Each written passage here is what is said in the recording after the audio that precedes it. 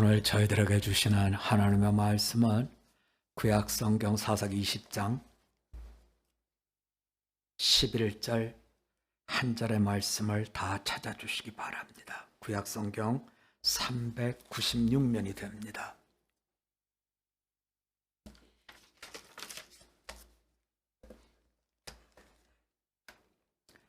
사사기 20장 11절의 말씀을 이제 저하고 한 목소리로 같이 나누겠습니다. 같이 나눕니다. 이와 같이 이스라엘 모든 사람이 하나같이 합심하여 그 성읍을 치려고 모였더라. 아멘. 오늘 주신 말씀의 제목을 다수결의 함정, 이런 제목을 붙여봤습니다. 우리 한번 같이 해볼까요? 다수결의 함정. 우리 성경에 보면 전체가 심판을 당하는 경우들이 종종 있었죠. 우리가 보면 노아의 홍수 때에 노아의 가정 빼놓고는 하나님께서 홍수로 전체를 심판하셨죠. 또 하나님께서 롯의 가족을 제외하고 소돔과 고모라 전체를 불시험했던 경우도 우리가 알고 있습니다. 우리는 대체로 전체가 그렇게 결정하면 그 결정은 늘 올바르다 생각합니다. 왜냐하면 우리가 살면서 많은 경우에 전체가 결정해서 정하든지 아니면 많은 숫자인 다수결로 정하는 일들을 우리가 많이 하고 있기 때문에 그렇습니다. 대통령 선거도 다수결이죠. 또 국회의원 선거도 다수결입니다. 그래서 어떤 때는 국회의원 선거를 하면 불과 몇백 표 차이로 이기고 지는 일들이 생깁니다. 도지사를 뽑을 때도 선거 다수결로 뽑습니다. 시의원을 뽑을 때도 다수결로 뽑습니다. 이렇게 다수결로 정하거나 아니면 전체가 결정해서 정하거나 하기 때문에 다수결 또는 전체가 정한 것은 늘 괜찮다 이렇게 생각을 합니다. 오늘은 특별히 다수결의 함정이란 제목으로 말씀을 증거하려고 하는데요. 왜 이 말씀을 증거하게 됐냐면 우리는 지금 대림절을 보내고 있죠. 대림절은 처음에 주님이 오신 것은 구원입니다. 죄를 먹고 죄를 마시는 우리를 구원하기 위한 예수 그리스도의 탄생 초림이죠. 두 번째 주님의 다시 오심은 심판입니다. 종말의 심판이요. 주님께서 오셔서 마지막 때에 심판을 하신다 하신 종말의 심판이 우리가 대림절을 지내면서 주님 어서 오십시오 마라나타의 신앙 속에서 재림은 언제나 심판입니다. 그래서 우리가 초림은 지나간 것이고 재림은 올 것입니다. 올 것을 생각하면서 어떻게 우리는 주님의 다시 오심을 맞이해야 될까 하는 이것이 주님을 기다리는 대림절에 우리의 행해야 할 바가 되지요. 우리가 이렇게 대림절을 보내면서 하나님께서 구원하셔서 애굽에서 나와서 약속의 땅에 정착한 이스라엘 백성의 이야기가 이제 사사시대의 이야기인데요. 오늘은 이제 사사기의 마지막 시간이 됩니다. 물론 우리가 마지막 내용을 다루고 있지는 않습니다만 오늘로 사사기의 이야기는 마지막이 되는 거죠. 오늘 이야기를 우리가 대하면서 우리가 같이 본 말씀은 11절입니다. 제가 한번 볼까? 이와 같이 이스라엘 모든 사람이 하나같이 합심하여 그 성읍을 치려고 모였더라. 이렇게 되어 있습니다. 저는 한 주일 동안 레위기를 묵상하면서 마음이 굉장히 불편했어요. 등장하는 말씀마다 악인이거든요.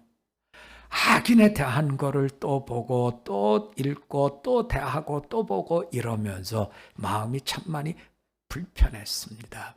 왜냐하면 악인전에 관한 이야기를 읽고 참 은혜 받았다 이렇게 안 되기 때문에 그래요.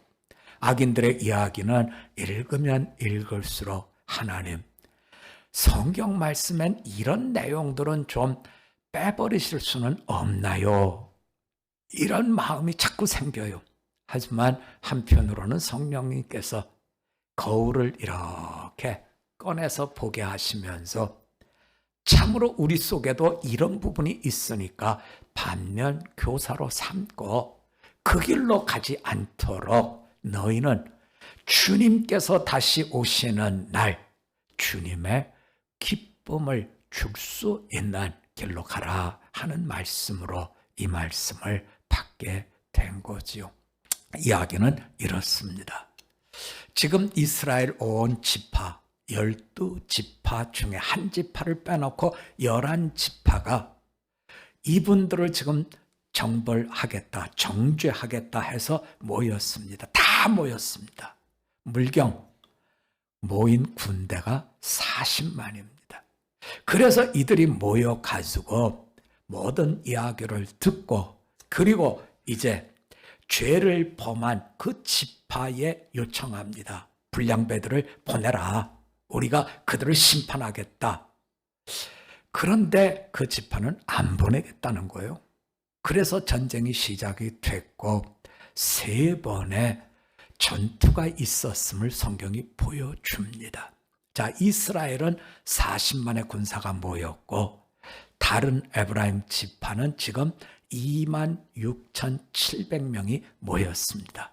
숫자상으로는 비교가 안 되지요. 그리고 명분상으로도 이것은 싸울 수 있는 이야기가 아닙니다. 분명히 악했고 심판을 당할 수밖에 없는 죄악을 범했고 이래서 이들은 당연하다 생각하고 자기들의 모든 것이 제대로 된 결정이다. 이렇게 해서 3번의 전투를 합니다. 이제 그 내용을 좀 같이 보려고 하는데요. 자, 여러분 어딜 봐주시냐면 사사기 20장 18절을 좀 봐주실까요?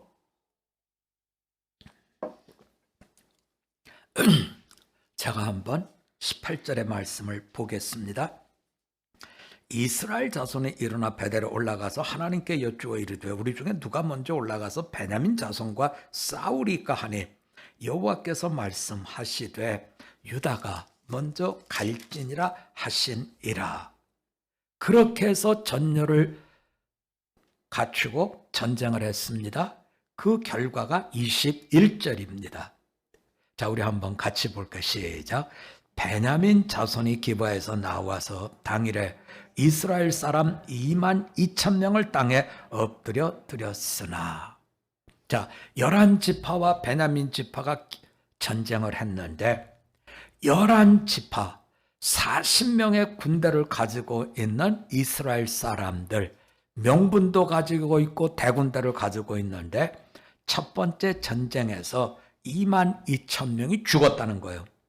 그래서 이들은 날이 저물도록 울고 하나님께 다시 한번 여쭙습니다. 그게 23절입니다.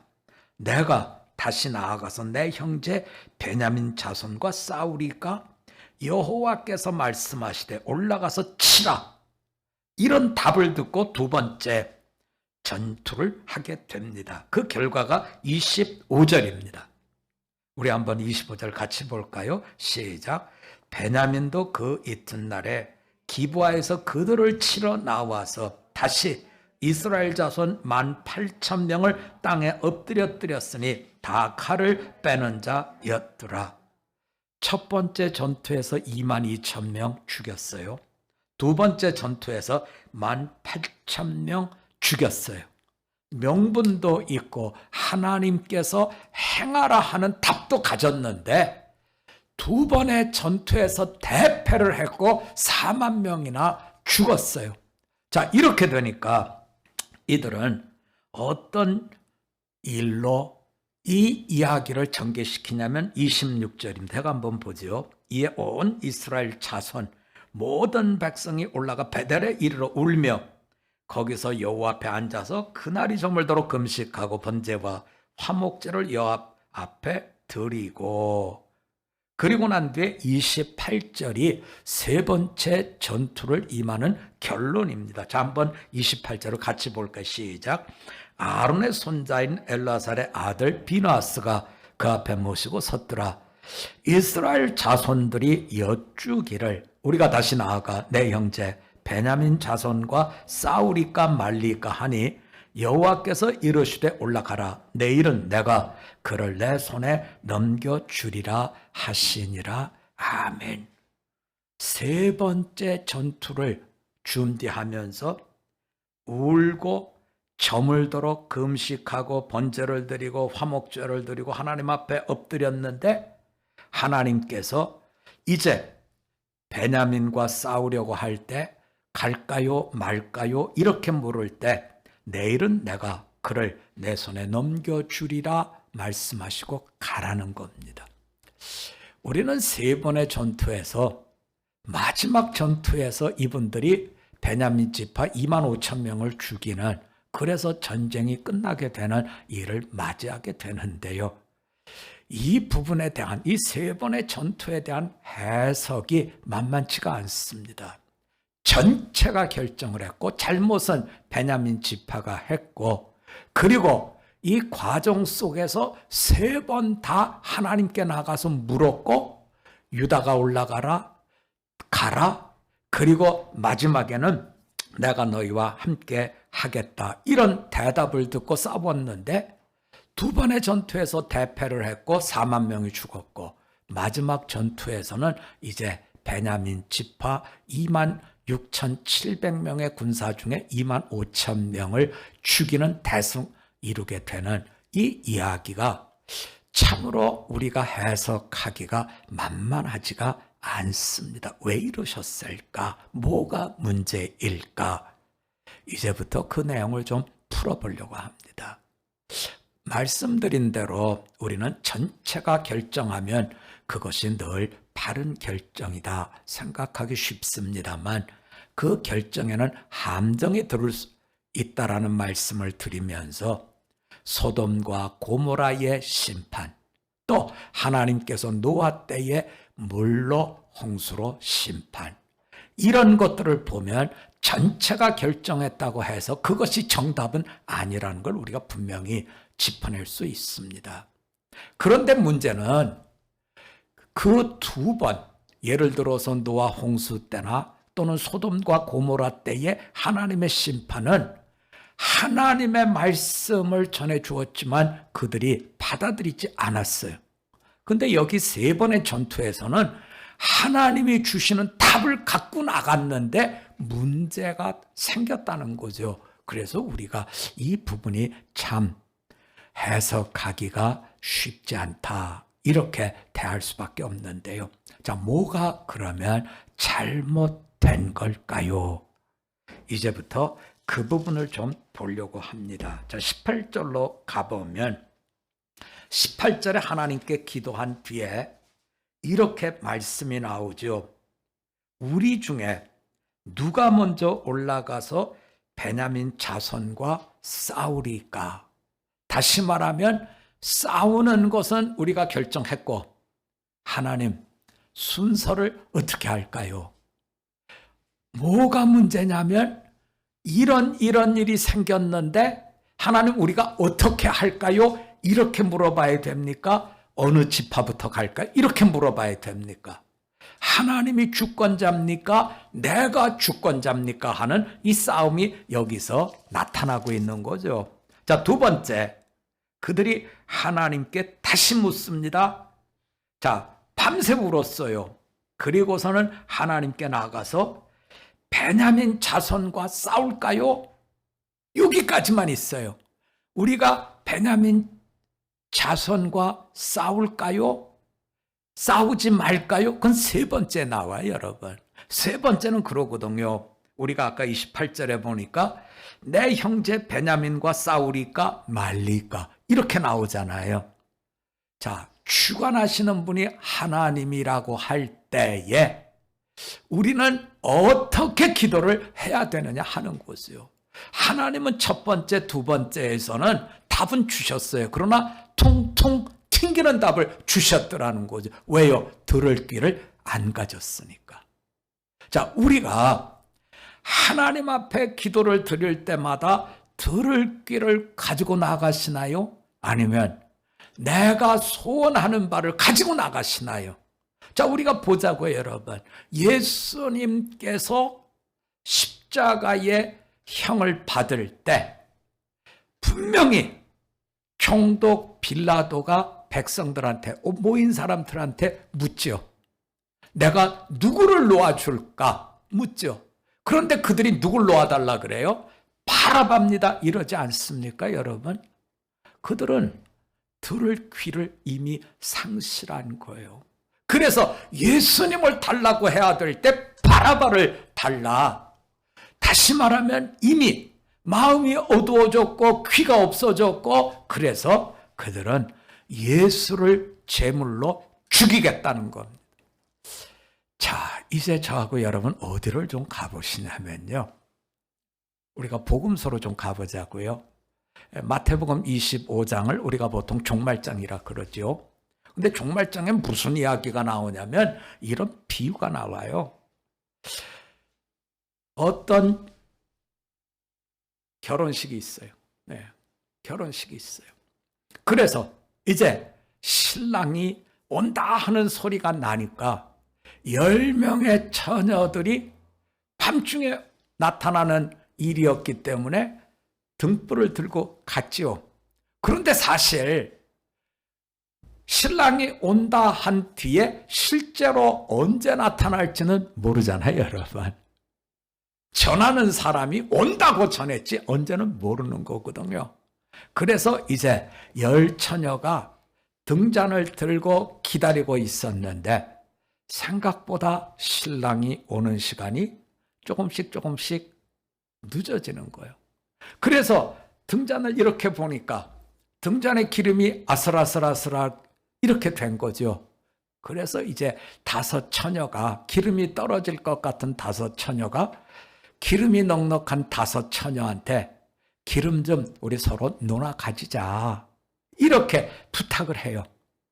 그랬더니 5처녀가 언제 올지 모르는데 어떻게 기름을 논아줘. 그러지 말고 가서 기름을 사갖고 와. 그렇게 해서 기름이 떨어질 것 같은 등잔을 갖고 있는 5처녀가 기름을 사러 갔다가 왔더니 그 사이에 신랑이 와버린 거예요. 그래서 5처녀는 당연하게 문을 두드리면서 우리야, 우리 문 열어줘 그러는데 문을 안 열어주는 거예요. 그러면서 주님이 그 이야기의 말미에 그러잖아요. 나는 니네들 몰라. 모른다는 거예요. 여러분, 우리가 이 말씀을 대하면서 야, 기름 떨어져서 살아간 게 정말 잘못된 건가? 아니 그러면 그냥 가만히 있다가 등잔에 불이 다 꺼졌을 때 옆에 사람 불빛에 의지해서 거기 있으라는 게 이 말씀의 뜻인가? 그런데 그 말씀의 뜻은 그 얘기는 아니잖아요, 여러분. 우리가 초림 때 구원을 받고 하나님이 우리에게 주신 것은 재림의 그날을 우리가 감당할 수 있도록 성령의 사람으로 우리를 허락하셨어요. 그런데 우리가 때때로 당연하다고 생각하는 일을 하다가 성령님의 등잔에 기름이 떨어지는 것처럼 성령님을 우리가 멸시함으로 성령님을 떠나게 하는 경우들이 있다는 거죠. 구원은 은혜입니다. 하지만 성령님이 오셨다가 떠나는 것은 우리의 잘못인 거지요. 성령님이 우리에게 오셨을 때 우리는 언제까지 성령님과 같이 가야 되냐면 주님이 다시 오시마 하신 그날까지, 기름이 넉넉하다는 뜻은 성령이 충만하다는 말씀으로 해석해도 절대 무리가 없습니다. 이렇게 성령을 훼손시키는 이런 길로 가서는 안 된다. 성령님과 함께 길을 걸어가셔야 된다 하는 말씀으로 우리가 이 말씀을 받게 되는 거죠. 그러면 어떻게 해야 성령님과 함께 갈까요? 어떻게 해야 되는 건가요? 우리가 누가복음을 보면 종말에 대한 이야기 중에 이런 이야기 하나가 나와요. 어느 부자가 늘 호화롭고 좋은 옷을 입고 살았는데 그 집에 거지가 늘 왔다는 거예요. 근데 이 거지는 항상 누구하고 다퉜냐면 강아지하고 다퉜다는 거예요. 당시 부자들은 물론 들어갈 때 물에다가 손을 잘 씻었겠죠. 부잣집이니까. 그런데 이제 식사를 앞두고는 식탁에 앉아서 이분들은 손을 빵으로 이렇게 비벼서 깨끗하게 했다는 거예요. 우리는 뭐 그런 습관이 없죠. 근데 어쨌든 빵으로 이렇게 비벼서 잘 했는데 그 손으로 비비고 난 빵 쪼가리는 다 땅바닥에 떨어지는데 이것을 개들이 와서 먹었다는 거예요. 그런데 거지한테 따로 밥상을 차려주지 않으니까 거지도 그 땅에 떨어진 빵 부스러기를 조금 큰 덩어리가 있으면 그걸 어떻게든지 먹어보려고 이러는데 누구하고 다투냐면 개하고 다툰다는 거예요. 근데 개는 또 그 빵 부스러기만 그런 게 아니라 이 사람 몸에 이상한 냄새가 나니까 개 키워보면 알지만 귀귀한 냄새가 나면 이 개들이 와서 킁킁거리고 맞잖아요. 그런데 냄새만 귀귀한 게 아니라 몸에 상처가 있어서 그 상처 헌대기 때문에 더 이상한 냄새가 나니까 개들이 와서 더 킁킁대고 핥고 괴로움을 줬다는 거죠. 그 이야기가 그렇게 진행이 되다가 두 사람이 다 죽었다는 거예요. 부자도 죽고 거지도 죽고 다 죽었다는 겁니다. 그런데 부자는 지옥에 갔다는 거예요. 그런데 그 거지는 천국에 갔다는 겁니다. 그런데 이상하게 여러분, 천국에 간 거지는 이름이 있어요. 그런데 부자는 이름이 없어요. 여러분, 우리가 성경을 보면 마지막 때 우리가 주님 앞에 나가면 주님께서 생명책을 펴시고 거기에 이름 있는 자를 기쁘게 맞아주신다는 말씀이 있잖아요. 그 이름은 박흠모 이런 이름일까요? 아니요. 천국에 저와 여러분이 갔을 때 박지모 이렇게는 안 써 있어요, 여러분. 거기에는 하나님이 주시는 이름이 기록되어 있는 거지요. 박흠모라고 기록된 게 아니라 박흠모에게 주시는 이름이 거기에 기록되어 있다고요. 그래서 로마 캐톨릭에서는 세례를 받을 때 이름을 하나 주지요. 우리는 그분들의 이야기를 세례명 이렇게 얘기하지 않습니까? 그래서 뭐 안드레아 뭐 이런 이름, 뭐 암브로시오 이런 이름을 받는 걸 우리가 보는데요. 그것은 나중에 하나님 앞에 갔을 때 하나님이 주시는 거지 교회 지도자가 주는 건 아닌데 그분들이 주었기 때문에 우리 개신교에서는 이름을 안 주지요. 그러니까 혼자 생각해 봤어요. 다음 주에 이름을 다 제가 하나씩 지어서 줄까?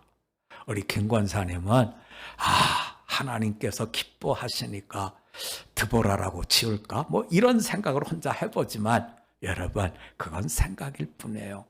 마지막 생명책에 기록되는 이름은 하나님이 주시는 이름이고 성경은 그것을 어떻게 보여주냐면 부자에게는 이름이 없고 그 가난한 거지에게는 이름이 있는데 나사로라 불렀다는 것. 나사로라는 이름을 주셨어요. 그래서 우리가 이와 같은 이야기들 속에서 마음속에 두셔야 될 것은 하나님 앞에 서는 주님께서 다시 오시는 재림은 심판이요 심판 때는 우리가 생명책에 우리 이름이 기록이 돼야 되는데 하나님은 그 이름을 거기에 한 사람 한 사람 하나님 보시기에 합당한 자의 이름을 나사로처럼 기록하신다는 거죠. 그러면 왜 하나님은 거지의 이름을 나사로라 그랬고 우리들에게 알려주시느냐 하는 거예요. 거기에는 중요한 하나님의 원하심이 들어있습니다. 나사로라는 이름은 참으로 이 나사로는 미래도 거지예요. 오늘도 거지예요. 과거도 거지예요. 거지는 남에게 사랑을 베풀 수 있는 어떤 여력과 모든 것들을 못 갖추고 있어요. 하지만 이분은 거지로 살면서 몸에 헌대기가 있는 아픈 중에 있지만 잊어버리지 않는 그것이 있었다는 거예요. 그게 뭐냐면 나는 하나님이 도와주신다 하는 믿음과 나는 하나님께서 이끌어 주신다 하는 소망을 사랑 가운데 가지고 있었더라는 거죠. 그래서 하나님은 거지인 이 나사로, 거지로 살면서 참 인생에 누려본 것 없이 아무것도 가져본 자 없지만 그럼에도 불구하고 나는 하나님이 나를 도와주신 이 나사로에 대해서 생명책에 기록을 주셨다는 거죠. 자, 다시 가봅시다. 오늘 말씀으로 가보면 세 번의 전투 속에서 처음에는 하나님이 도와주신다가 아니라 하나님이 이것만 정해 주십시오 이렇게 돼 있죠. 두 번째도 하나님 어떻게 된 겁니까 하고 따지는 마음이 되어 있죠. 세 번째 기도 자리에 갔을 때 이들은 금식하고 번제를 드리고 화목제를 드리고 통회 자복하면서 다시 말하면 나는 죄인입니다. 하나님 도와주셔야 됩니다. 하는 기도를 드렸고 하나님께서 내일은 너희를 도와주겠다 하는 하나님으로 만나고 있는 것을 성경은 보여주더라는 거죠. 우리가 늘 기억하셔야 됩니다.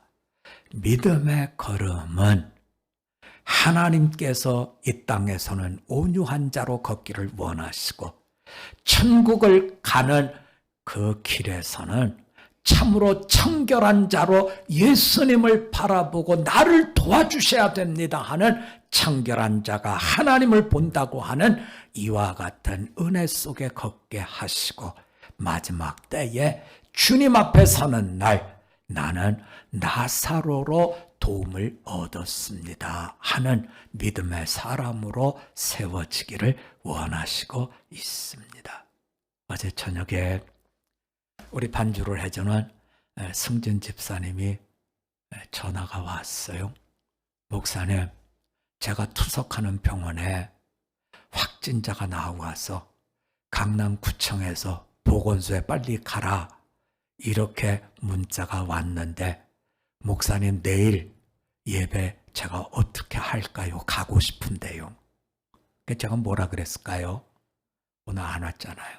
뭐라 그랬을까요? 승진아, 걱정하지 말고 가서 PCR 검사 받고 4일 뒤에 또 받으라고 하니까 그것도 잘 받고 너는 하나님이 너와 함께 하셔서 도와주신다는 걸 잘 갖고 있으니까 괜찮아 이렇게 얘기를 한 거죠. 여러분, 우리는 늘상 원하지 않는 일들을 겪을 때가 많습니다. 하지만 우리 마음속에 하나님은 날 도와주십니다 하는 믿음을 가졌을 때 마지막 심판날 나는 너를 모르겠다가 아니라 너는 내 택한 백성이다 하는 하나님의 은혜 주심을 입게 될 것입니다. 저는 이 코로나 시대를 겪으면서 걱정이 있어요.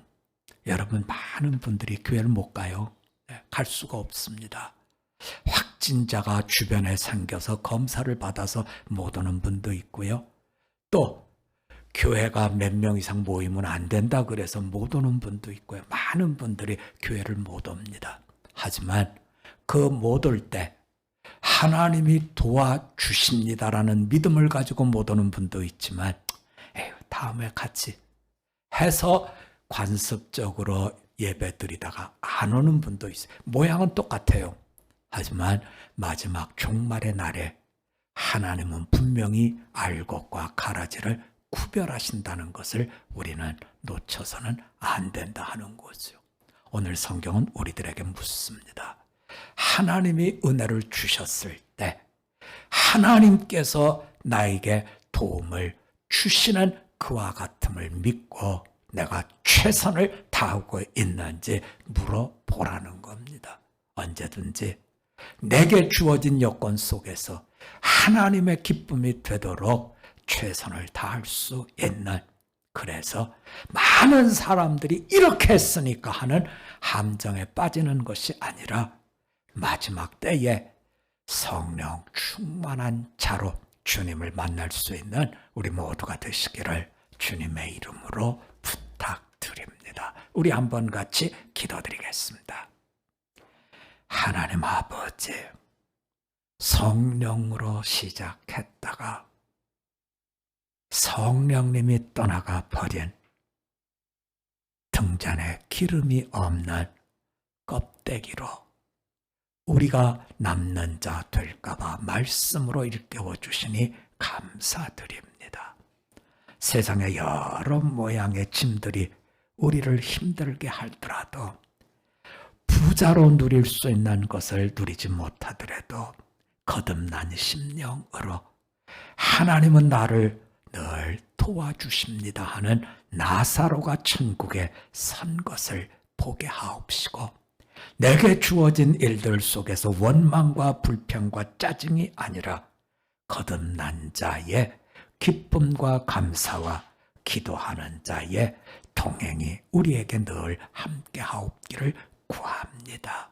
하나님, 우리의 걸음을 지켜 주옵시고 우리의 발걸음이 하나님을 기쁘게 하는, 그래서 너는 하나님의 도움을 얻은 자라 하는 나사로라 생명책에 기록되게 하여 주시옵소서. 감사드리며 예수님의 이름으로 기도드립니다. 아멘.